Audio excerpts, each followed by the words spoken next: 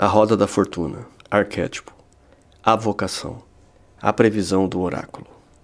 Tarefa, compreensão do necessário para fazer sua tarefa, encará-la.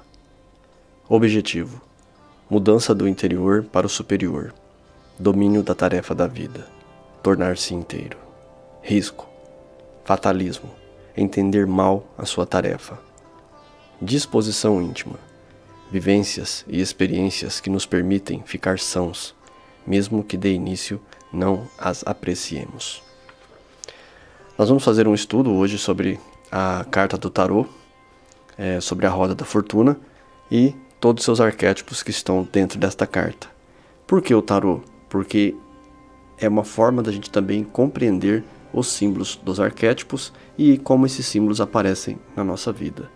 Nós também vamos entender um pouco de um quadro que eu montei um pouco à frente, sobre sentimento, consciente, sensação, intuição, pensamento e inconsciente e suas diferenças. O tipo de sentimento, o tipo de intuição e o tipo de sensação, como essas coisas se intercalam. Então convido você a estar estudando junto com a gente, aqui esse estudo sobre a roda da fortuna. Nosso trabalho está baseado na literatura de Raju Banzaf, a chave mitológica para compreender a estrutura simbólica oculta nos arcanos maiores. Vamos estudar o texto então de Raju e a gente vai lendo e comentando aqui para que você vá enriquecendo seus conhecimentos sobre os misteriosos arquétipos das cartas do tarô. A roda da fortuna, a vocação. Depois que o herói se tornou consciente de sua verdadeira identidade, enquanto seguiu o arco diurno do sol, ele agora busca o oráculo, na transição do dia para a noite, para descobrir a resposta à sua pergunta mais importante: qual é a minha tarefa? Aqui fica muito evidente que, quando a pessoa busca o seu caminho, há respostas que não serão encontradas no dia a dia, assim como nós. Muitas respostas, às vezes, não encontramos nas pessoas que estão à nossa volta. E precisamos buscar algo mais, algo além, algo às vezes na espiritualidade, nas nossas orações, para que se manifeste, às vezes, uma resposta muito difícil. Mas a pergunta aqui do autor é interessante: qual é a minha tarefa? Veja, as pessoas geralmente, quando em oração, elas perguntam muito mais sobre os seus direitos do que os seus deveres. E o nosso autor aqui, ele começa com a pergunta: qual é a minha tarefa? Como eu disse para vocês, todo arquétipo tem uma tarefa, um objetivo, um risco e uma disponibilidade íntima. Continuando. Somente agora, depois de se tornar consciente de sua verdadeira identidade, ele está maduro para fazer essa pergunta e entender esta resposta. Pessoal, aqui é interessante a palavra maduro, porque essa pergunta, qual é a minha tarefa, geralmente a gente aprende a fazer ela já muito mais velho. O jovem, as pessoas que estão numa meia-idade, elas querem muito os seus direitos, do que elas são merecedoras, mas quase sempre elas não estão dispostas a saber aquilo que elas devem fazer, qual a tarefa elas devem assumir. E em toda a idade, guardem isso, em toda a idade, em toda a maturidade, a gente tem uma nova tarefa a ser cumprida e assumida. Poucas cartas do tarô foram interpretadas com tanto destaque, ou de modo mais errôneo do que a roda da fortuna. White já se queixava de que se desde os dias de Eliphas Levi, para quem não sabe, Eliphas Levi foi um mago do passado, tem alguns livros já editados, eu já li parte dessa literatura, a qual eu recomendo, muito boa para quem quer abrir um pouco a cabeça. Voltando. As explicações ocultas dessa carta eram uma ingenuidade ímpar. De fato, o símbolo da 10ª carta do tarô se torna difícil de decifrar quando orientamos pelo nome. É indiferente se chamamos a roda do destino ou a roda da sorte, como em outras línguas, ou simplesmente sorte. Como em outras línguas, ou simplesmente de sorte, em todos os casos, o nome não explica a essência da carta. Apresenta-se uma roda, trata-se de roda do tempo, através de sua contínua rotação. Ela sempre traz coisas novas, enquanto as outras desaparecem. O mesmo simbolizavam também as duas figuras da mitologia egípcia, Anubis, com a cabeça de chacal, que personifica as forças que sobem e renovam a vida, e Set, na figura de uma cobra, um símbolo da força destruidora. Lembrando que Set aqui no caso também simboliza sabedoria, tá, gente? Para quem for estudar os arquétipos é muito importante saber disso. Nos 4 cantos da carta há 4 querubins, figuras simbólicas dos 4 evangelistas que se apresentam ao mesmo tempo os 4 elementos, juntamente com sua totalidade da criação. E são sempre uma expressão da totalidade, unidas, surgem na esfinge que rege a roda.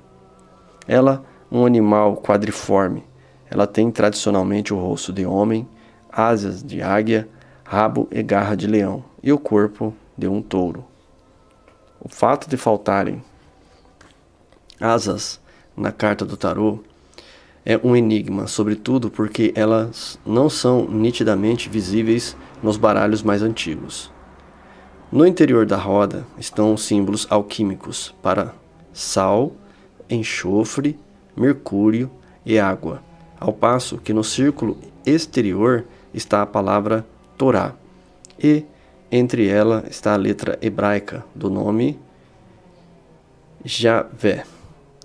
Contemplando juntos resultado deste simbolismo é a seguinte afirmação: tornar-se, ser e morrer são forças que mantêm a roda do tempo em movimento. Elas podem ser vistas no aspecto de elevação criativo é igual a Anubis, e o princípio da resistência, preservação, esfinge, e ao lado descendente destruidor, Set. Juntos correspondem a uma lei divina, o Torá, Javé, que estimula os seres humanos a se tornarem de inferior para superior, simbolismo alquímico. Com isso, a roda da fortuna representa todas as tarefas que temos de resolver em nossa vida. Sempre que esta carta surge, ela afirma que o tema em questão entra em nossa vida nesse momento apenas para ser dominado. Em todos esses aspectos isolados, aos poucos surge uma figura, como um mosaico que dá início e nos faz intuir qual é a nossa tarefa da vida.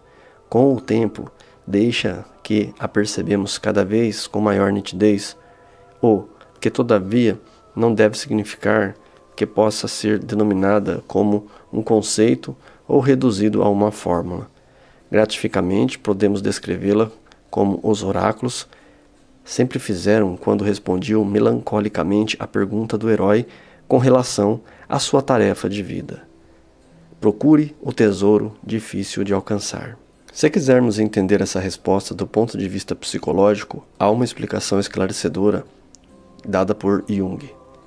Devemos a ele uma informação sobre o caráter que, à primeira vista, mostra muitas semelhanças com tipologias mais antigas. Jung bem distingue 4 estruturas essenciais na consciência humana que ele chama de funções da consciência: pensamento, sentimento, sensação e intuição.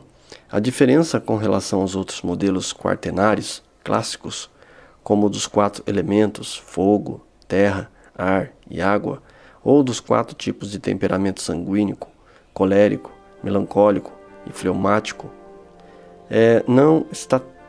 não está tanto em uma nova descrição ou designação, mas muito mais dinâmica a própria tipologia de Jung. Enquanto outras descrições de vez em quando possuem um caráter rígido e determinam que uma pessoa tem um determinado tipo ou um tipo misto, Jung parte do fato de que a consciência de cada ser humano se compõe em todos os 4 aspectos, que certamente não se desenvolvem todos da mesma forma. Ao contrário, como Jung reconheceu a partir das diferentes tradições dos mitos e dos contos de fadas, naturalmente seu trabalho como médico e terapeuta, em geral, o ser humano desenvolve na primeira metade da vida apenas 3 dessas 4 funções da consciência. A quarta permanece no reino da inconsciência Isso corresponde ao motivo da alma vendida ou da pérola, um simbolismo da totalidade que, nos contos de fadas, é perdida no início da história.